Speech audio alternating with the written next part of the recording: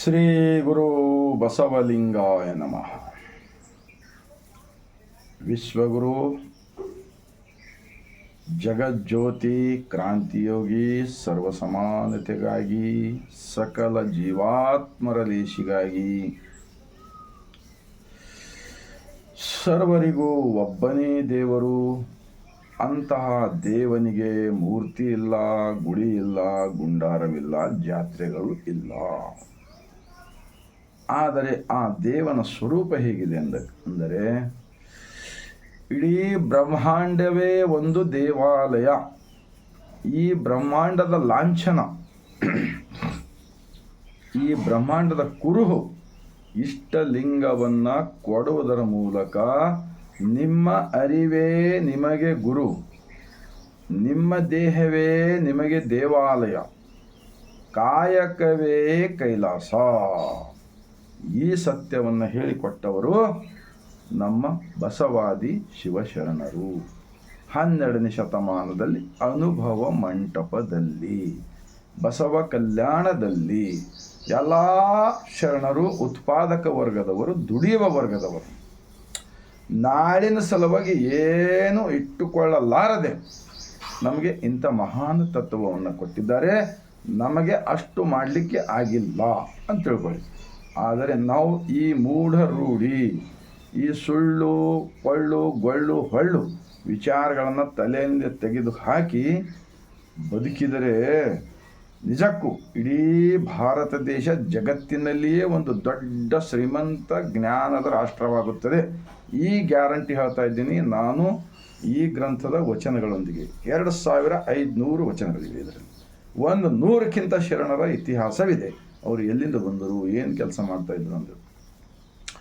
ಆದ್ದರಿಂದ ಇಂತಹ ಮಹಾನ್ ತತ್ವವನ್ನು ಕೊಟ್ಟಿರತಕ್ಕಂತಹ ಮಹಾತ್ಮ ಬಸವಣ್ಣನವರನ್ನು, ವಿಶ್ವಜ್ಯೋತಿ ಅಕ್ಕ ಮಹಾದೇವಿರವರನ್ನು, ಸಕಲ ಶಿವ ಶರಣರನ್ನು ಎನ್ನ ಹೃದಯ ಮಂದಿರದಲ್ಲಿ ನೆನೆಯುತ್ತಾ ಭಾರತೀಯರೆಲ್ಲರಿಗೂ ಬಸವನಾಡು, ಶರಣರ ನಾಡು, ಅನುಭವ ಮಂಟಪ, ಬಸವ ಕಲ್ಯಾಣದ ಭೂಮಿಲಿಂದ ಈ ಮುಂಜಾನೆಯ ಸರ್ವರಿಗೂ ಶರಣ. ಒಂದು ಮಹಾತ್ಮ ಬಸವಣ್ಣನವರ ವಚನ. ಮಾರಿ ಮಸಣಿ ಎಂಬುದು ಬೇರೆ ಇಲ್ಲ ಕಾಣಿರ್ಯೋ. ಮಾರಿ ಎಂದರೇನು? ಈ ಕಣ್ಣುಗಳು ತಪ್ಪಿ ನೋಡಿದರೆ ಮಾರಿ, ಈ ನಾಲಿಗೆ ತಪ್ಪಿ ನುಡಿದರೆ ಮಾರಿ. ನಮ್ಮ ಕೂಡಲ ಸಂಗಮ ದೇವನ ನೆನಹು ಮರೆತರೇ ಮಾರಿ ಎಂದು ಹೇಳಿದ್ದಾರೆ ಮಹಾತ್ಮ ಬಸವಣ್ಣ. ನಮ್ಮೆಲ್ಲರನ್ನ ದೇವರನ್ನ ತೋರಿಸಿದ್ದು ಎಲ್ಲಿ? ಇವತ್ತು ಬಸವಣ್ಣನವರ ವಿಚಾರಗಳನ್ನು ಭಾರತಷ್ಟೆಲ್ಲ ಜಗತ್ತಿನಲ್ಲಿ ಪ್ರಚಾರವಾಗ್ತಕ್ಕಂಥದ್ದು ಕಂಡು ಬಹಳ ವೇಗವಾಗಿ ಪ್ರಚಾರವಾಗ್ತಾ ಇದೆ. ಆದರೆ ಇದನ್ನು ಹೇಗಾದರೂ ಮಾಡಿ ಪ್ರಚಾರ ಆಗಲಾರದಂತೆ ನೋಡಿಕೊಳ್ಳುವ ಸಲುವಾಗಿ ಒಂದಿಲ್ಲ ಒಂದು ರೀತಿಯಿಂದ ಕುತಂತ್ರಗಳನ್ನು ಮಾಡುತ್ತಾ ಬರ್ತಕ್ಕಂಥದ್ದು ನಾವು ಇವತ್ತು ಮಾಧ್ಯಮಗಳಲ್ಲಿ ವಿಡಿಯೋಗಳಲ್ಲಿ ನೋಡ್ತಾ ಇದ್ದೀವಿ. ಅದು ಮಹಾತ್ಮ ಬಸವಣ್ಣನವರ ಭಾವಚಿತ್ರ ಹಾಕಿಕೊಂಡು. ಈಗ ಈ ಬಸವಣ್ಣನವರನ್ನು ನಾವು ಒಂದು ವೇಳೆ ಕಪ್ಪಿಕೊಂಡಿದ್ದೇ ಆದರೆ ಇಂತಹ ವಚನಗಳನ್ನು ಹೇಳಿ ತಾವು ಜನರನ್ನು ಸುದ್ದಿ, ಅವ್ರ ಮನಸ್ಸಿನಲ್ಲೇನು ಭ್ರಾಂತಿ ಇದೆಯಲ್ಲ, ಭಯ ಇದೆಯಲ್ಲ, ಈ ದೆವ್ವ, ಭೂತ, ರಾಕ್ಷಸ, ಬನಮತಿ, ತೆಗಮತಿ, ಆ ದೇವರು, ಈ ದೇವರು, ಬೇಡುಕುಮದು ಇವೆಲ್ಲ ಏನು ಮಾಡಿದಿರಲ್ಲ, ಇವೆಲ್ಲ ತೆಗೀರಿ ನೋಡೋಣ. ಯಾಕೆ ತೆಗಿಲಿಕ್ಕಾಗೋದಿಲ್ಲಪ್ಪ ಶರಣರೇ? ಅದಕ್ಕೆ ಈ ವಚನ के अंदर भावार्थ क्या है? मारी मसणी ಎಂಬುದು ಬೇರೆ ಇಲ್ಲ ಕಾಣಿರೋ. कहाँ है? सुअर है, बकरियां है, बिल्ली है, कुत्ता है, भैंस है, जंगल के सब शेर है, सभी प्राणी पक्षियां सब है, झाड़ पौधे, नीम का झाड़ है, आम का झाड़ है, ये जैसा है वैसी है दुनिया में. कोई अलग झूठ करके जो लोगों को दिमाग में डालना, ये सबसे बड़ा देशद्रोही का काम होता है. तो महात्मा बसवण्णा जी क्वेश्चन डाले, मारी अंदर येनु, कहाँ है शैतान? कहाँ है? शैतान की रूप में इंसान ही शैतान है. ऊपर से देखने को अच्छा है, लेकिन सच्चाई को मिटाने का जो काम कर रहा है ना देश के अंदर, असली शैतान लोग ये होते हैं. एक तरफ बसवण्णा जी का गुणगान गाने का, और ऊपर से उनका विचारों को ख़त्म करने का कोशिश चल रहा है। क्योंकि मैं इस विचार को बार बार क्यों बोलते रहता हूँ बोले तो मैं बहुत सारे वचनों को डीप में अंदर से विचार करता हूँ। इससे कितना बहुत ये आचरण करना कोई बड़ी बात नहीं है।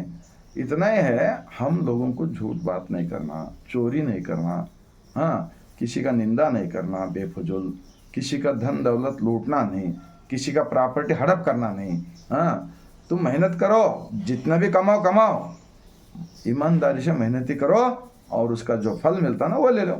ये छुड़ा सकता है इस बसवಣ್ಣनाथ जी का अनुभव मंटप के शरणों का वचन। ಬಸವಾದಿ ಶಿವಶರಣರ ಹಿಂದೂ ಸಮಾವೇಶ ಮಾಡ್ತಾರಲ್ಲಪ್ಪ, ಮತ್ತು ಇಂಥ ಗ್ರಂಥಗಳನ್ನು ಎಲ್ಲರ ತಲೆ ಮೇಲಿಟ್ಟು ಮೆರವಣಿಗೆ ಯಾಕೆ ತೆಗಿಸಿಲ್ಲ? ಆ ಕಡೆ ಶಹಾಪುರದಲ್ಲಿ, ಈ ಕಡೆ ಗದಗದಲ್ಲಿ ಕುಂಭಮೇಳ ಅಂತ ಯಾಕೆ ಇಟ್ಟಿರಿ ಹೆಸರು? ಕುಂಭಮೇಳ ಅಂಥೇಳಿ ಹೆಣ್ಮಕ್ಳು ತಲೆ ಮೇಲೆ ಕೊಡ ಯಾಕೆ ಕೊಡಬೇಕಪ್ಪ? ನಾನು ನಿಮ್ಮಷ್ಟು ಶಾಲೆ ಕಲ್ತಿಲ್ಲ, ಆದರೆ ಕನ್ನಡದ ವಚನಗಳು ದನಕಾಯ ತುರ್ಗಾಯ ರಾಮಣ್ಣ ಗೊತ್ತಾಯ್ತಲ್ಲ, ಅಂಬಿಗರ ಚೌಡಾಯಿ ಗೊತ್ತಾಯ್ತಲ್ಲ, ಕುರುಬ ಗೊಲ್ಲಾಳೇಶ ಗೊತ್ತಾಯ್ತಲ್ಲ, ಮಡಿವಾಳ ಮಾಚೋಯ್ಗೆ ಗೊತ್ತಾಯ್ತಲ್ಲ, ಅವರೆಲ್ಲ ಕಾಲೇಜ್ಗೆ ಹೋಗಿರ? ನಾನು ಹೇಳ್ತಕ್ಕಂಥದ್ದು ವಿಚಾರ ಏನಿದೆಪ್ಪ ಅಂದರೆ, ನಮ್ಮ ವಿಚಾರದಲ್ಲಿ ಯಾರ ಬಗ್ಗೆ ದ್ವೇಷ ಇಲ್ಲ, ಯಾರ ಬಗ್ಗೆ ಕೆಟ್ಟದ್ದು ಬಯಸ್ತಕ್ಕಂಥದ್ದು ಇಲ್ಲ. ಮತ್ತು ನಮಗೆ ಬಸವಣ್ಣನವರು ಒಳ್ಳೆಯ ಸಂಸ್ಕಾರವನ್ನು ಕೊಟ್ಟಿದ್ದಾರೆ. ನಾವು ಯಾರಿಗೂ ಬೇಫಜಲ್ ಬಾಯಲಿಂದ ವಿಚಾರಗಳು ಬೇಯಿರ್ತಕ್ಕಂಥ ಮಾಡಿದ್ದಾವೆ. ಯಾರಾದರೂ ಬಸವ ಅಭಿಮಾನಿಗಳು ಯಾರಾದರೂ ಮೈ ಮೇಲೆ ಜಗಳಕ್ಕೆ ಹೋಗೋದು, ಹೊಡಿ ಬಡಿ ಕಡಿ ಮಾಡೋದು ಮಾಡ್ತಾ ಇದ್ದಾರಾ? ಎದ್ದಾರ? ಹಾಂ, ಯಾರು ಮಾಡಿದ್ದೇವೆ ಹೇಳಿ? ಮತ್ತು ಬೇರೆಯವರೆಲ್ಲ ಸಂಸ್ಕಾರ ಏನದಪ್ಪ?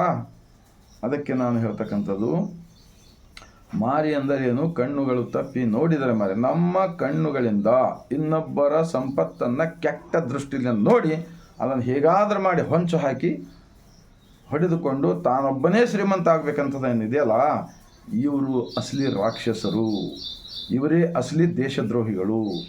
ಏನು ಮಹಾಪುರುಷರ ವಿಚಾರಗಳನ್ನು ತಿರ್ಸ್ತಕ್ಕಂಥವ್ರು ಇವರೆಲ್ಲರೂ ಭಾರತೀಯರಂತೂ ಅಲ್ಲವೇ ಅಲ್ಲ.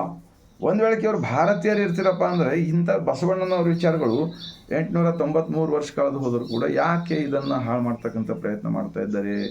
ಬಸವಣ್ಣನವರನ್ನು ಎತ್ತಿನ ರೂಪದಲ್ಲಿ ಕೂಡಿಸಿದವರು ಯಾರು? ಹಾಂ, ಈಗ ನಾ ಎಷ್ಟು ಬಸವ ಕಲ್ಯಾಣ ನೋಡ್ತಾ ಇರ್ತೀನಿ, ಬಸವಣ್ಣನ ಭಾವಚಿತ್ರ ಎಡಕ್ಕೆ ಹಾಕ್ತಾರೆ, ಇನ್ನೊಂದು ಯಾವುದೋ ಒಂದು ಕಾಲ್ಪನಿಕ ದೈವ ಬದಕ್ಕೆ ಹಾಕ್ತಾರೆ. ಅಂದರೆ ಇವರೆಲ್ಲರ ಉದ್ದೇಶ ಏನಪ್ಪ ಅಂದರೆ ಬಸವಣ್ಣ ಭಕ್ತ, ಇಂಥ ಕಾಲ್ಪನಿಕ ದೈವಗಳ ಭಕ್ತ. ಬಸವಣ್ಣನವರು ಇಂತಹದರ ಭಕ್ತಿ ಇದ್ದಿಲ್ಲಪ್ಪ. ಬಸವಣ್ಣನವರು ಪ್ರಕೃತಿಯ ಭಕ್ತಿದ್ರು, ಸೃಷ್ಟಿಕರ್ತನ ಭಕ್ತಿದ್ರು. ಈ ಸೃಷ್ಟಿಕರ್ತ ಎಲ್ಲ ಪ್ರಾಣಿ ಪಕ್ಷಿಗಳು ಮಾನವರೆಲ್ಲರಿಗೂ ಸಲುತ್ತಾ ಇದೆಯಲ್ಲ, ನಮ್ಮೆಲ್ಲರನ್ನ ಹುಟ್ಟಿಸಿ ಮತ್ತೆ ನಮ್ಮೊಳಗೆ ಇದ್ದು ಈ ದೇವನನ್ನು ಭಕ್ತನಾಗಿ ಮಾಡಿದ್ರಪ್ಪ. ಯಾಕೆ ಜನರಿಗೆ ಮೋಸ ಮಾಡ್ತಾ ಇದ್ರಿ? ಈಗ ಇನ್ನೊಂದು ವಚನ ಹೇಳಿ ನಾನು ಮುಗಿಸ್ತಾ ಇದ್ದೀನಿ. ಎದೆ ಮೇಲೆ ಇಷ್ಟಲಿಂಗವನ್ನು ಕೊಟ್ಟಿದ್ದಾರೆ ಬಸವಣ್ಣನವರು. ವಚನ ಏನು ಹೇಳ್ತಾರೆ? ಗಂಡನ ಮೇಲೆ ಸ್ನೇಹವಿಲ್ಲದ ಹೆಂಡತಿ, ಲಿಂಗದ ಮೇಲೆ ನಿಷ್ಠೆ ಇಲ್ಲದ ಭಕ್ತ. ಇದ್ದರೇನು ಶಿವ ಶಿವ, ಹೋದರೇನು ಉಡದಾವಿಂಗೆ ಉಣ್ಣದ ಕರುವ ಬಿಟ್ಟಂತೆ ಕೂಡಲ ಸಂಗಮವೇ. ನಾನು ವಚನ ಓದಿದ ಪ್ರಕಾರ ನಮ್ಮ ದೇವರು ನಮ್ಮೊಳಗೆ ಇದ್ದಾನಂಥೇಳಿ ನಮಗೆ ಇಷ್ಟಲಿಂಗವನ್ನು ಕೊಟ್ಟಿದ್ದಾರೆ. ಇದು ಬ್ರಹ್ಮಾಂಡದ ಕುರು. ಆದರೆ ಮತ್ತೆ ಹೊರಗಡೆಯನ್ನು ಹುಡುಕ್ತಕ್ಕಂಥದ್ದನ್ನು ಮಾಡಿಸಿರಲ್ಲ ನಮಗೆಲ್ಲ. ನೀವು ಅಲ್ಲಿ ಹೋದರೆ ಯಾರಿಗೇನು ಲಾಭ ಸಿಕ್ಕಿದೆ? ನಮ್ದಿಂದ ಎಲ್ಲ ದುಡ್ಡನ್ನು ಸುಲಿಗೆ ಮಾಡಿ ಇವತ್ತು ನೋಟುಗಳು ಎಣಿಸ್ತಾ ಇದ್ದಾರೆ ಮಷಿನ್ ಮೂಲಕ. ನೀವೆಲ್ಲ ಎಷ್ಟು ತಿರುಗಿದಾರಲ್ಲ ಅಷ್ಟೆಲ್ಲ ಇವರೆಲ್ಲರೂ ಬಡವರಾಗ್ತಾ ಇದ್ದಾರೆ, ಅವರು ಶ್ರೀಮಂತರಾಗ್ತಾ ಇದ್ದಾರೆ. ಇದೆಲ್ಲ ಹೀಗೆ ಮುಂದುವರಿಯಬೇಕಂತೇಳಿ ಮಾಡ್ತಾ ಇದ್ದೀರಾ? ಹಾಂ, ಭಾಳಷ್ಟು ಜನ ವಚನಗಳು ಓದೋದಿಲ್ಲ ಪಾಪ ಬಡವರು, ಅವ್ರಿಗೆ ಗೊತ್ತಾಗೋದಿಲ್ಲ ಅಂಥೇಳಿ. ನಿಮ್ಮ ಕರ್ತವ್ಯ ಏನು? ಬಸವಾದಿ ಶಿವಶರಣರ ಹಿಂದೂ ಸಮಾವೇಶ ಬೇಡ. ಬಸವಾದಿ ಶಿವಶರಣರು ಸ್ಥಾಪಿಸಿದ ಅನುಭವ ಮಂಟಪದ ಸರ್ವಸಮಾನತೆಯ ಸಕಲ ಜೀವಾತ್ಮರಿಗೆ ಲೇಸನ್ನೇ ಬಯಸುವ ಲಿಂಗ ಆಯತ ಧರ್ಮ ಎಂದು ಹೇಳಿ, ಬಸವ ಕಲ್ಯಾಣಕ್ಕಿಂತ ಬಿಟ್ಟು ಬೇರೆ ಎಲ್ಲ ಜಗತ್ತೇ ಬಹಳ ದೊಡ್ಡದಿದೆ. ಅಲ್ಲೆಲ್ಲ ಹೋಗಿ ಹಣಿಯ ಮೇಲೆ ವಿಭೂತಿ, ಕೊರಳಲ್ಲಿ ಇಷ್ಟಲಿಂಗ, ರುದ್ರಾಕ್ಷಿ ಧರಿಸಿಕೊಂಡು ಜನರಿಗೆ ಪರಿವರ್ತನೆ ಮಾಡಿ. ನಿಮ್ಗೆ ಭಾಳ ಒಳ್ಳೆಯದಾಗ್ತದೆ, ಪುಣ್ಯ ಸಿಗ್ತದೆ. ದೇಶದಲ್ಲಿ ಭ್ರಷ್ಟಾಚಾರ ಕಡಿಮೆ ಆಗ್ತದೆ. ಮಕ್ಕಳು ತಂದೆ ತಾಯಿಯನ್ನು ಕೊಲೆ ಮಾಡ್ತಾ ಇದ್ದಾರೆ, ತಂದೆ ತಾಯಿ ಮಕ್ಕಳು ಕೊಲೆ ಮಾಡ್ತಾ ಇದ್ದಾರೆ. ಎಲ್ಲ ಕಡೆ ಹೆಣ್ಣು ಹಣ್ಣು ಮಣ್ಣಿನ ಸಲುವಾಗಿ ಜಗಳಗಳು ನಡೀತಾ ಇವೆ. ಇದೇ ನೋಡ್ತಾ ಇದ್ದೀವಿ, 12 ವರ್ಷ ಆಯಿತು. ಆದ್ದರಿಂದ ಇನ್ನೊಂದು ಅಲ್ಲಮ ಪ್ರಭುರವರ ವಚನ. ನನಗೊಂದು ಲಿಂಗ, ನಿಮಗೊಂದು ಲಿಂಗ, ಮನೆಗೊಂದು ಲಿಂಗವಾಯಿತು ನೋಡಯ್ಯ, ಹೋಯ್ತಲ್ಲ ಇವರ ಭಕ್ತಿ ಜಲವ ಕೂಡಿ. ಈ ಮನ ಮುಟ್ಟದ ಲಿಂಗ ಉಳಿ ಮುಟ್ಟಬಲ್ಲುದೇ ಗುಹೇಶ್ವರ ಈ ಗ್ರಂಥದಲ್ಲಿ ಇದೆ. ಬಹಳ ಸರಳವಾಗಿ ಕನ್ನಡದಲ್ಲಿ ಯಾಕೆ ಬರೆದ್ರೆ ಗೊತ್ತಾ? ಮೋಸ ಮಾಡ್ತಕ್ಕಂಥವ್ರು ಇದ್ರೆ ಅಂತೇಳಿ ಕನ್ನಡದಾಗ ಎಲ್ಲರಿಗೂ ಅರ್ಥ ಆಗುವಂತೆ ಬರೆದಿದ್ದಾರೆ. ನನ್ನ ದೇವರು ಬೇರೆ. ಈ ವಚನ ಅಲ್ಲಮ್ಮ ಪ್ರಭುರವರು, ಮೇರಾ ಭಗವಾನ್ ಅಲಗ್, ತುಮಾರಾ ಭಗವಾನ್ ಅಲಗ್, तुम्हारे घर का भगवान अलग, मेरा घर का भगवान अलग, ऐसा करके ऐसा करने से भारत को जोड़ने का होता है क्या? तोड़ने का हो गए, तोड़ने का। लिंगायत धर्म जो मान्यता के वास्ते रैली हो गए, कितने लोग अपना जेब से पैसा खर्च करके फिरे। हम भी दिल्ली तक गए, पूना गए, महाराष्ट्र को, इधर लातूर गए, गुलबर्गा गए, बीदर गए। हाँ, तो माते महादेवी जब दहली के अंदर बोली थी उन्होंने 3 दिन का तालकोट स्टेडियम में, ನಿಮ್ಮ ಮಕ್ಕಳನ್ನು ರಾಷ್ಟ್ರೀಯ ಸ್ವಯಂ ಸೇವಕ ಸಂಘದಲ್ಲಿ ಕಳಿಸ್ಬೇಡ್ರಪ್ಪ ಲಿಂಗಾಯತರಿ ಅಂತ ಹೇಳಿದ್ರು. ಗೊತ್ತು ಯಾಕೆ ಹೇಳಿದರು? ಇದು ಇವತ್ತು ನಮ್ಗೆ ಗೊತ್ತಾಗ್ತಾ ಇದೆ. ಈ ಎಲ್ಲ ಕಡೆ ಜಗಳ ನಡೀತಾ ಇವೆಯಲ್ಲ, ಇದು ಬೇಡ, ಇದು ಬೇಕು, ಹಾಗೆ ಹೀಗೆ. ಅದಕ್ಕಾಗಿ ಇವತ್ತು ಮುಂದಿನ ದಿನಗಳಲ್ಲಿ ಜಗತ್ತಿನ ಮೊಟ್ಟ ಮೊದಲನೇ ಅನುಭವ ಮಂಟಪ, ಪ್ರಜಾಪ್ರಭುತ್ವದ ಕೇಂದ್ರ, ಎಲ್ಲ ವರ್ಗದವರು ಕೂಡಿ ಕಟ್ಟಿದ ಅನುಭವ ಮಂಟಪದ ಲಿಂಗಾಯತ ಧರ್ಮವನ್ನು ಉಳಿಸಬೇಕಾದರೆ ರಾಷ್ಟ್ರೀಯ ಶರಣ ಸೇವಕ ಸಂಘ ಅಂಥೇಳಿ ನೀವು ಎಲ್ಲ ಗ್ರಾಮ ಪಟ್ಟಣಗಳಲ್ಲಿ ಬಸವ ಮಂಟಪಗಳು, ಅನುಭವ ಮಂಟಪಗಳು ಸ್ಥಾಪನೆ ಮಾಡಿರಿ. ಏನು ಕೆಟ್ಟದಾಗ್ತದೆ ನೋಡೋಣ, ಎಲ್ಲರಿಗೂ ಒಳ್ಳೆಯದಾಗ್ತದೆ. ದುಶ್ಚಟ, ದುರ್ಗುಣ, ದುರ್ನಡತೆ, ದುರ್ವಿಚಾರ ಎಲ್ಲ ಹೋಗ್ತವೆ. ನೀವು ನೋಡಿ, ಈ ಅಲ್ಲಮ್ಮ ಪ್ರಭುರವ್ರ ವಚನ ನಾನು ಓದಿದ ಬಳಿಕ ಹೌದು ಖರೇವೇ, ನನ್ನ ದೇವ್ರು ಬೇರೆ, ನಿಮ್ಮ ಮನೆಯಾಗಿಂದ ಈಗ ಮೂಗರ ಅಣ್ತಂಬರಿದ್ದೆ ಅಂತ ಹೇಳ್ಬರಿ, ಮೂಗರೆಲ್ಲ ಡಿವೈಡ್ ಆದರು. ಅವ್ರು ಮೂಗರದ ದೇವ್ರು ಬೇರೆ ಬೇರೆ ಮಾಡ್ಕೊಂಡ್ರೆ ಅವ್ರು ಒಂದಾಗ್ತಾರ? ಜಗಳ ಹಚ್ಚಿದವ್ರು ಯಾರು ದೇಶದಲ್ಲಿ? ಈ ಥರ ಮಾಡಿರುವುದರಿಂದ ಇವತ್ತೆಲ್ಲರೂ ಒಬ್ರಿಗೊಬ್ರು ದ್ವೇಷ ಬಿಡ್ತಾ ಇದ್ದಾರೆ. ಮತ್ತೇನು ಹೇಳ್ತಕ್ಕಂಥವ್ರು ಮಾಡೋರು ಇವೆಲ್ಲರೂ ಧರ್ಮ ಒಡೆದಿದ್ದಾರೆ ಅಂತೇಳಿ ಅಪಪ್ರಚಾರ ಮಾಡಿದ್ರು. ಈ ಪಾಪ ಹಳ್ಳಿ ಜನಗಳು, ಮುಗ್ಧ ಜನಗಳು ವಚನ ಓದೋದಿಲ್ಲ. ಈ ಥರ ಮಾಡ್ತಕ್ಕಂಥದ್ದು ಬಿಡಬೇಕಂತ ಹೇಳುತ್ತಾ, ರಾಷ್ಟ್ರೀಯ ಶರಣ ಸೇವಕ ಸಂಘ, ಬಸವಣ್ಣನ ಒಬ್ಬರೇ ನಮಗೆ ಗುರು. ಅವರ ಸರಿಸಾಟಿ ಯಾವ ರೀತಿ ಸೂರ್ಯನ ಸರಿಸಾಟಿ ಮತ್ತೊಂದು ಸೂರ್ಯ ಹುಟ್ಟಲಿಕ್ಕೆ ಸಾಧ್ಯವಿಲ್ಲ. ಹಾಗೆಯೇ ನಾವೆಲ್ಲರೂ ಸೇವಕರಾಗಿ, ಅವರಷ್ಟಾಗಿಲ್ಲ ಅಂದ್ರೆ ಪರವಾಗಿಲ್ಲ, ನಮ್ಮ ಕೈಲಾದಷ್ಟು ಈ ಸುಳ್ಳ, ಕಳ್ಳ, ಮೋಸ, ವಂಚನೆ, ಇನ್ನೊಬ್ಬರನ್ನು ಕೆಟ್ಟದ್ದು ಬಯಸ್ತಕ್ಕಂಥದ್ದು ಬಿಡೋಣ. ಸಜ್ಜನ ಸಮಾಜವನ್ನು ಕಟ್ಟುವ ಪ್ರಯತ್ನ ಪಡೋಣ. ಎಷ್ಟು ದಿವಸ ಇರ್ತೇವೋ ಗೊತ್ತಿಲ್ಲ, ಇದ್ದಷ್ಟು ದಿವಸ ಎಲ್ಲರ ಕಲ್ಯಾಣವನ್ನು ಬಯಸೋಣ ಅಂಥೇಳಿ ಈ ಮೂಲಕ ನಾನು ಬಸವ ಕಲ್ಯಾಣದಿಂದ ವಿನಂತಿಸಿಕೊಳ್ಳುತ್ತಾ, ಈಗ ನೋಡಿ, ಅದು ಮನೆ ದೇವರು ಬೇರೆ ಅಂಥೇಳಿ ನಮ್ಗೆ ಹೇಳಿದರು. ಅದು ಬಿಟ್ಟು ನಂದು 27 ವರ್ಷ ಬಿಟ್ಟಿದ್ದೀನಿ. ಈಗ ನಾನು ಇರುವವರೆಗೆ ಎಲ್ಲರಿಗೆ ಕರ್ಕೊಂಡು ಏನೇನು ಮಾಡಬೇಕಾದ್ರೂ, ಜಾಳು ತೆಗಿಬೇಕಾದ್ರೆ ಅಲ್ಲಿಗೆ ಹೋಗಬೇಕು, ಮತ್ತೊಂದು ಭಾಷೆಂಗ್ ಬಿಡ್ಲಕ್ಕೆ ಅಲ್ಲಿಗೆ ಹೋಗಬೇಕು. ನಾ ಸತ್ತು ಅಂತ ತಿಳ್ಕೊಳ್ಳಿ, ನನ್ನ ಮಕ್ಕಳು ಅಲ್ಲಿಗೆ ಹೋಗಬೇಕು, ಅಲ್ಲೆಲ್ಲ ದುಡ್ಡು ಖರ್ಚು ಮಾಡಬೇಕು. ಅದಕ್ಕೆ ಬಸವಣ್ಣವ್ರು ಹೇಳ್ತಾ ಹೋದ್ರೆ ಭಾಳಷ್ಟು ವಚನಗಳಿವೆ. ಮಾಡಿ ಕೆಟ್ಟರು, ಮಾಡದೇ ಕೆಟ್ಟರು, ನೀಡಿ ಕೆಟ್ಟರು, ನೀಡದೇ ಕೆಟ್ಟರು. ನಮ್ಮ ಕೂಡಲ ಸಂಗಮ ದೇವನ ಬಶಿರ ಮಧ್ಯ ಬಯಲ ಸಮಾಧಿಯಲ್ಲಿ ಇಕ್ಕದೇ ಕೆಟ್ಟರು ನೋಡಯ್ಯ, ಇಕ್ಕದೇ ಕೆಟ್ಟರು ನೋಡಯ್ಯ. ಏನು ಹೇಳಿಕೊಡ್ತದೆ ಯೋಚನ? ಯಾವುದು ಒಳ್ಳೆಯದ ಕೆಲಸ ಮಾಡಬೇಕಾಗಿತ್ತು, ಸಮಾಜಕ್ಕೆ ತಿಳಿಸ್ಬೇಕಾಗಿತ್ತು, ಈ ಸತ್ಯ ಶರಣರ ವಿಚಾರಗಳನ್ನು ಇದನ್ನು ಮಾಡದೆ ಬರೇ ಜನರ ತಲೆಯಲ್ಲಿ 33 ಕೋಟಿ ಹಲವು ದೈವಗಳನ್ನು ಸೃಷ್ಟಿಸಿ ಇವತ್ತ ವಚನಗಳನ್ನು ಓದ್ತಕ್ಕಂಥವ್ರು ಬಿಡ್ತಕ್ಕಂಥದ್ದು ಕೆಲವು ಜನ ಮಾಡ್ತಾ ಇದ್ದಾರೆ. ಪ್ರಚಾರ ಭಾಳ ಆಗ್ತಾ ಇದೆ.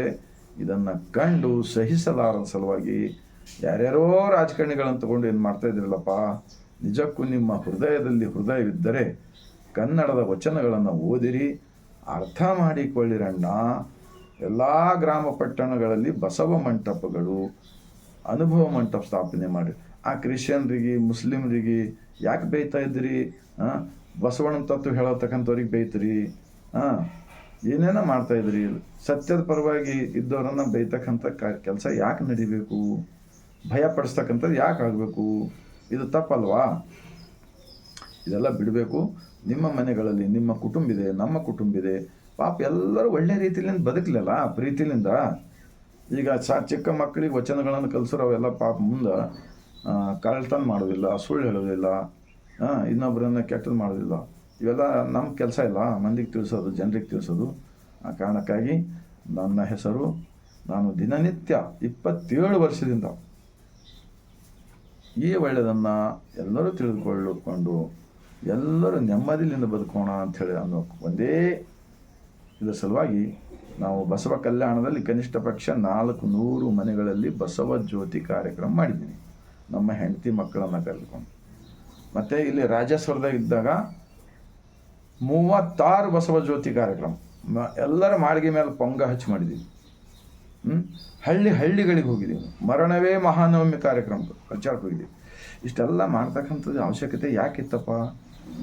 ನೀವು ಈಗ ಸ್ವಾಮಿಗಳಾದವರು, ಮಠಗಳು ಕಟ್ಕೊಂಡವರು ಜನಸಾಮಾನ್ಯರಿಗೆ ಬಸವಣ್ಣನವರನ್ನು, ಅಲ್ಲಮ್ಮ ಪ್ರಭುರವರು ಧರ್ಮಗುರು ಅಂತ ಒಪ್ಪಿಕೊಂಡಿದ್ರಲ್ಲ, ಮಡಿವಾಳ ಮಾಚಯ್ಯ, ಸಿದ್ದರಾಮೇಶ್ವರು, ಅಕ್ಕಮಹಾದೇವಿ, 770 ಜನ ಮರಗಣಗಳು, ಲಕ್ಷದ ಮೇಲೆ 96,000 ಶರಣರು ಬಸವಣ್ಣನವರನ್ನು ಧರ್ಮಗುರು ಅಂತೇಳಿ ಒಪ್ಪಿಕೊಂಡಿದ್ದ ಇತಿಹಾಸ ಈ ಗ್ರಂಥದಲ್ಲಿ ಇದೆ. ಮತ್ತು ಬಸವಣ್ಣನವರು ಏನು ಹೇಳ್ತಾರಂದರೆ, ನನಗಿಂತ ಕಿರಿಯರಿಲ್ಲ, ಶಿವಭಕ್ತರಿಗಿಂತ ಹಿರಿಯರಿಲ್ಲ, ನಿಮ್ಮ ಪಾದ ಸಾಕ್ಷಿ, ಎನ್ನ ಮನಸಾಕ್ಷಿ, ಕೂಡಲ ಸಂಗಮ ದೇವ ನನಗಿದೇ ದಿವ್ಯ ಅಂತ ಹೇಳಿದ್ದಾರೆ. ಇಷ್ಟೊಂದು ಮಹಾನ್ ವಿಚಾರ ಇದ್ದರೂ ಕೂಡ 893 ವರ್ಷಗಳಿಂದ ಯಾಕಪ್ಪ ಈ ಬಸವಣ್ಣನ ತತ್ವ ಬೆಳೀತಾ ಇದ್ದಾಗ ನಿಮಗೆಲ್ಲ ಮನುಷ್ಯನಾಗ ತಳಮಳ ಆಗ್ತಾ ಯಾಕಿದೆ ಅಂಥೇಳಿ ನಾನು ಪದೇ ಇನ್ನೂ ಕೂಡ ವಚನಗಳನ್ನು ವಿಡಿಯೋ ಮಾಡ್ತಾಯಿರ್ತೀನಿ. ನೀವೆಲ್ಲರೂ ಬಿಟ್ಟರೆ ನಿಮಗೆ ನಾವೆಲ್ಲ ಮಾತಿನ ಸಹಕಾರ ಮಾಡ್ತೀವಿ. ವಚನಗಳನ್ನು ಇದ್ದಿದ್ದ ಹಾಗೆ ಹೇಳಬೇಕು, ತಿರುಚಕ್ತಕ್ಕಂಥ ಇನ್ನೊಬ್ಬರು ಸ್ವಾಮಿಗಳಿದ್ದರು ಬಿಜಾಪುರದವರು, ಅರ್ಧ ವಚನ ತೆಗೆದುಕೊಳ್ತಿರೋರು, ಅರ್ಧ ಮುಂದಿನ ಸತ್ಯ ಬಿಡ್ತಿರು. ಈಗ ಇವ್ರು ಕೂಡ ಅದೇ ಮಾಡ್ತಾ ಇದ್ದಾರೆ. ಈಗ ಕಲ್ಲು ದೇವರಲ್ಲ, ಮಣ್ಣು ದೇವರು ಅಂದಾಗ ಭಾಳ ದಿವಸ ಹಿಡಿದು ತಲೆ ಹುಳ ಹಾಕ್ಯಾರಲ್ಲ ಇವರೆಲ್ಲ. ಲಾಸ್ಟ್ ಕೊನೆಯದಾಗಿ ಏನು ಹೇಳಿದ್ದಾರೆ? ಇದು ಹೇಳೋದಿಲ್ಲ, ತನ್ನ ತಾನು ಅರಿತು ತಾನು ಯಾರು ಎಂದು ತಿಳಿದರೆ ತಾನೇ ದೇವ ನೋಡ ಅಪ್ರಮಾಣ ಕೂಡಲ ಸಂಗಮ ದೇವ. ಇದು ಯಾಕೆ ಹೇಳೋದಿಲ್ಲ? ಮತ್ತೆ ದೇಶಭಕ್ತಿ, ರಾಷ್ಟ್ರಭಕ್ತಿ, ದೇಶ ಪ್ರೇಮ ಒಂದೊಂದು ಸಲ ಬೇರೆ ಹೇಳೋದು. ಸಕಲ ಜೀವಾತ್ಮರಿಗೆ ಲೇಸನ್ನೇ ಬಯಸುವೆ ನಮ್ಮ ಕೂಡಲ ಸಂಗನ ಶರಣರೇ ಕುಲಜರು ಅಂತ ಹೇಳಿದ್ದಾರೆ. ಆದ್ದರಿಂದ ನನ್ನ ಹೆಸರು ಚಂದ್ರಪ್ಪ, ನನ್ನ ತಂದೆ ಹೆಸರು ಭೀಮಣ್ಣ ಗುಂಗೆ, ನನ್ನ ಪ್ರಾಪರ್ ಊರು ಬೇಲೂರು. ಈಗ ನಾನಿರುವುದು ಬಸವ ಕಲ್ಯಾಣದಲ್ಲಿ. ಆದ್ದರಿಂದ ನಾನು ಈ ಗ್ರಂಥವನ್ನೇ ನನಗೆ ನುಡಿಯಲು ಕಲಿಸಿದ ಬಸವ, ನಡೆಯಲು ಕಲಿಸಿದ ಬಸವ, ಉಣಲು ಕಲಿಸಿದ ಬಸವ, ಉಡಲು ಕಲಿಸಿದ ಬಸವ ಅಂಥೇಳಿ ಈ ವಚನಗಳನ್ನೇ ನನ್ನ ಮುಖಾಂತರ ಮಾತನಾಡಿಸುತ್ತಿದ್ದಾರೆ. ಈ ವಚನಗಳಲ್ಲಿ ನಮ್ಮ ಶರಣರು ಜೀವಂತವಾಗಿದ್ದಾರೆ ಅಂಥೇಳಿ ನಾನು ಎದೆ ತಟ್ಟಿ ಹೇಳುತ್ತಿದ್ದೇನೆ ಎಂದು ಹೇಳುತ್ತಾ 150 ಕೋಟಿ ಭಾರತೀಯರಿಗೆ ಈ ವಿಡಿಯೋ ತಲುಪಲಿ ಎಂದು ನಾನು ಕಳಕಳಿಯ ವಿನಂತಿಯೊಂದಿಗೆ ವಿನಂತಿ ಮಾಡಿಕೊಳ್ಳುತ್ತಾ ಮತ್ತೊಮ್ಮೆ ಬಸವ ಕಲ್ಯಾಣ ಶರಣರ ನಾಡು ಅನುಭವ ಮಂಟಪದ ಭೂಮಿಯಿಂದ ಬಾಗಿದ ತಲೆ ಮುಗಿದ ಕೈಲಿಂದ ಶರಣು.